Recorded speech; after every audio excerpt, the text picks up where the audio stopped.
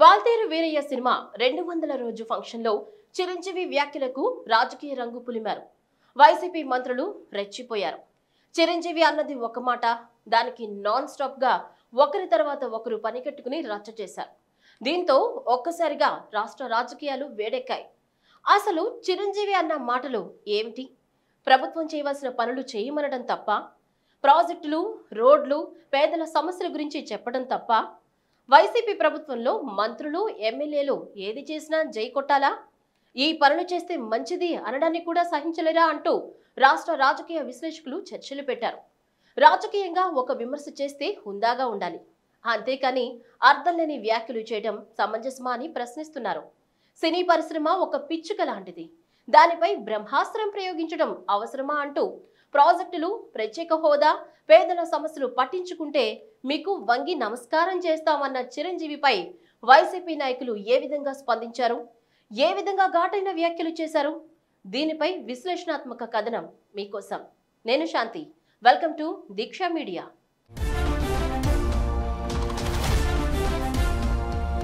Telugu cinema పరిశ్రమపై రాష్ట్ర ప్రభుత్వం వ్యవహరిస్తున్న తీరును చిరంజీవి తప్పుబట్టారు. పిచ్చుక మీద బ్రహ్మాస్త్రం మాదిరిగా సినిమా పరిశ్రమపై పడతారేంటి అని ప్రశ్నించారు. హైదరాబాద్ లో జరిగిన వాల్తేరు వీరయ్య సినిమా 200 రోజుల వేడుకలో చిరంజీవి మాట్లాడారు. మీరు ప్రత్యేక హోదా, ప్రాజెక్టులు, రోడ్ల నిర్మాణం, ఉపాధి అవకాశాలు, పేదల కడుపు నింపే దిశగా ఆలోచించాలి, వాటిపై మాట్లాడాలి. అలా చేస్తే అంతా తల ఉంచి నమస్కరిస్తారు, అంతేకాని పిచ్చుక లాంటి చిత్రసీమపై పడతారేంటి అని చిరంజీవి ప్రశ్నించారు. ఇటీవల జనసేన అధినేత పవన్ కళ్యాణ్ నటించిన బ్రో సినిమాపై వివాదం నెలకొన్న సంగతి తెలిసిందే. అందులో తనను ఉద్దేశించి ఒక పాత్రను సృష్టించారని మంత్రి అంబటి రాంబాబు ఆరోపించారు. ఆ సినిమా కలెక్షన్ ఇంతే అని లెక్కలు చెప్పారు. అంతేకాదు, బ్రో సినిమాలో పవన్ కళ్యాణ్ కు అందిన పారితోషికంపై ఫిర్యాదు చేసేందుకు ఢిల్లీకి కూడా వెళ్లారు. ప్రజా సంక్షేమం గురించి మాట్లాడాల్సిన మంత్రులు ఇలా సినిమాల గురించి ప్రశ్నించడంపై విమర్శలు వెల్లువెత్తాయి. ఇదే నేపథ్యంలో ప్రాజెక్టులు, ప్రజల్ని పట్టించుకోకుండా సినిమాల మీద పడ్డమేమిటని ప్రశ్నించడం గమనార్హం. చిరంజీవి వ్యాఖ్యలపై పలువురు మంత్రులు ఉలిక్కిపడ్డారు. ఆయనపై మండిపడ్డారు. ఆయన ముందు తన తమ్ముడి నోటిని కడిగితే మంచిదని మంత్రి గుడివాడ అమర్నాథ్ అన్నారు.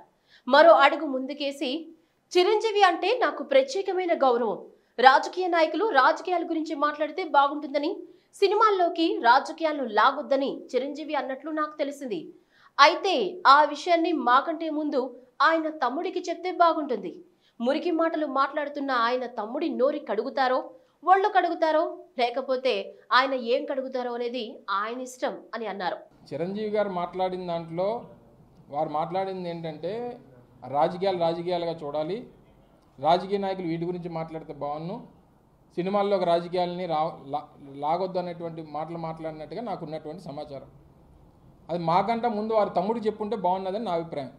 ముందు ఆ మురికి, లేకపోతే ఈ రకమైనటువంటి మాటలు, ఈ రకమైనటువంటి అంశాలు మాట్లాడినటువంటి వారి తమ్ముడికి వారు నోరు కడుగుతారో, లేకపోతే వాళ్ళు ఆయన ఒళ్ళు కడుగుతాడో, లేకపోతే ఆయన ఏం కడుగుతాడో అది వారి తమ్ముడికి చెప్పిన తర్వాత మాలాంటి వాళ్ళకో, లేకపోతే మా ప్రభుత్వాలకో, లేదా మా రాజకీయ పార్టీలకో సలహాలు ఇస్తే బాగుంటుంది అన్నటువంటిది నా అభిప్రాయం. మరో సీనియర్ మంత్రి బొత్స సత్యనారాయణ స్పందిస్తూ సినీ పరిశ్రమ పిచ్చుక అని చిరంజీవి ఒప్పుకుంటున్నారా అని ప్రశ్నించారు. ఎవరు పిచ్చుక, ఎవరు బ్రహ్మాస్త్రం?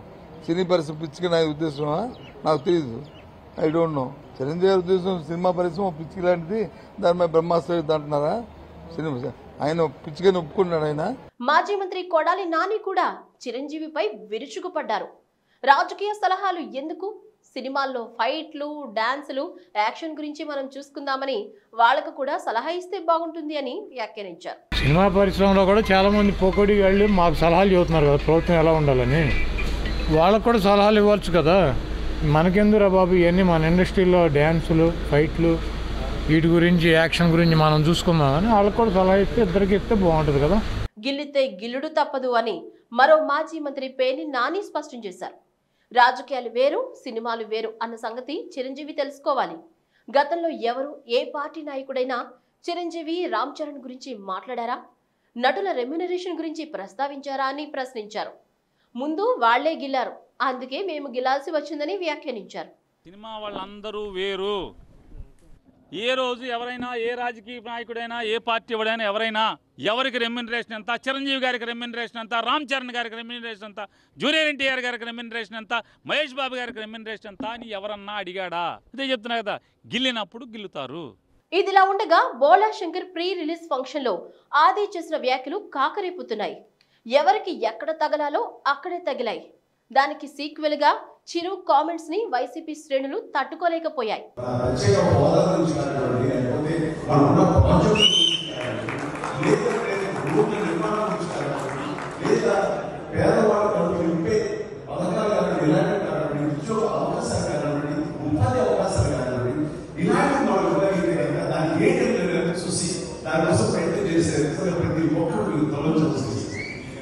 అంతేగాని పిచ్చు మీద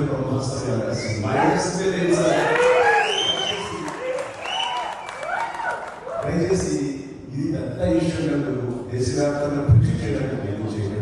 హైపర్ ఆది ప్రీ రిలీజ్ ఈవెంట్ లో మాట్లాడుతూ సినిమా రంగంలో చిరంజీవి ఇంద్రసేనాని అయితే జనసైన్యాన్ని తయారు చేస్తున్న పవన్ కళ్యాణ్ జనసేనాని అయ్యారని అన్నారు. అన్నయ్య ఇంతమంది సినీ సైనికుల్ని తయారు చేసి ఇంద్రసేనాని అయితే అక్కడ తమ్ముడేమో జన సైనికుల్ని తయారు చేసి జనసేనాని అయ్యాడు. చిరంజీవిని ఎదగక ముందు అవమానపరిచారు, ఎదిగిన తర్వాత కూడా అవమానపరిచారు. ఆయన సంస్కారం అడ్డొచ్చి వారిని ఏమీ అనలేకపోయారు అని హైపర్ ఆది అంటుంటే స్టేడియం అదిరిపోయింది. ఎదగక ముందు ఆయన ఎదురు తిరిగి మాట్లాడాలంటే అప్పుడు పరిస్థితులు అడ్డొచ్చాయి. ఎదిగిన తర్వాత అలాంటి వాళ్ళకి ఎదురు తిరిగి మాట్లాడాలంటే ఆయన సంస్కారం అడ్డొచ్చింది. అందుకే ఎవరిని ఎప్పుడు ఏమనలేదు. మెగాస్టార్ చిరంజీవి ఎప్పుడు ఎవరిని ఏమనలేదు. ఠాగూర్లో ఆయనకు నచ్చని పదం క్షమించడం, కానీ నిజ జీవితంలో ఆయనకు బాగా నచ్చిన పదం క్షమించడమే అని ఆది ఉద్వేగంగా ఉదాహరణలతో వివరించారు. ఠాగూర్ సినిమాలో ఆయనకు నచ్చని ఒకే ఒక్క పదం క్షమించడం, కానీ నిజ జీవితంలో ఆయనకు బాగా నచ్చిన పదం క్షమించడం. చాలా మందిని చాలా రకాలుగా క్షమించేశారు. ఒకప్పుడు ఆయన రాజకీయ ప్రచారం చేస్తుంటే వాడెవడో కోడిగుడ్డు విసిరాడు చిరంజీవి గారి మీద. ఒక్కసారి ఆయన కనుసైగ చేసుంటే ఆ గుడ్డు కొట్టినోడికి అక్కడే గుండు కొట్టేవాళ్ళు. క్షమించాడు. కొన్ని వేల మందికి ప్రవచనాలు చెప్పే ఒక వ్యక్తి కొన్ని కోట్ల మంది అభిమానించే మెగాస్టార్ చిరంజీవి గారి మీద అసహనం ప్రవర్తించారు ఆయన అరువు ప్రదర్శించారు. ఆయన ఏ కారణం లేకుండా, చిరంజీవి గారికి ఏ సంబంధం లేకుండా, అంటే ఎదురుగా ఉన్న వాళ్ళకి ఎలా ఉండాలో నేర్పించే ఆయన సహనం కోల్పోయాడు. కానీ ఆ రోజు చిరంజీవి గారు సహనం కోల్పోలేదు. వెళ్ళి ఆయన పక్కన కూర్చున్నాడు, ఆ సభ సజావుగా జరిగేలా చేశాడు. అది మెగాస్టార్. ఇండస్ట్రీలో ఒక డైరెక్టర్ ఉన్నాడు. మెగాస్టార్, పవర్ స్టార్లను విమర్శించే స్థాయి తనకు లేదని, చిన్న పెగ్గేస్తే చిరంజీవిని, పెద్ద పెగ్గేస్తే పవన్ కళ్యాణ్ని విమర్శిస్తారని, అటువంటి వారికి వారి వ్యూహం బెడ్సి కొడుతుందని రామ్ గోపాల్ వర్మకు ఇండైరెక్ట్ గా వార్నింగ్ ఇచ్చాడు. ఈ టాలీవుడ్ లోనే ఒక డైరెక్టర్ ఉన్నారు, ఆయన అనే స్థాయి నాకు లేదు. కానీ అలాగే మెగాస్టార్ని, పవర్ స్టార్ని విమర్శించే స్థాయి ఆయనకి లేదు.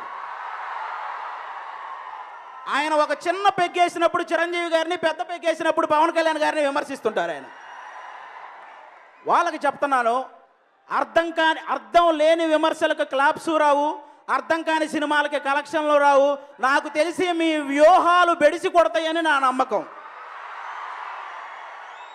ఏ ప్రభుత్వాలైతే ఆయన బ్లడ్ బ్యాంక్ సేవలను గుర్తించి పురస్కారాలు అందజేసిందో అవే ప్రభుత్వాలు ఆయన రాజకీయంలోకి వచ్చాక ఆయన పైన ఎలా విమర్శలు చేశారో చూసాం. వాటిని కూడా భరించి సహించాడు.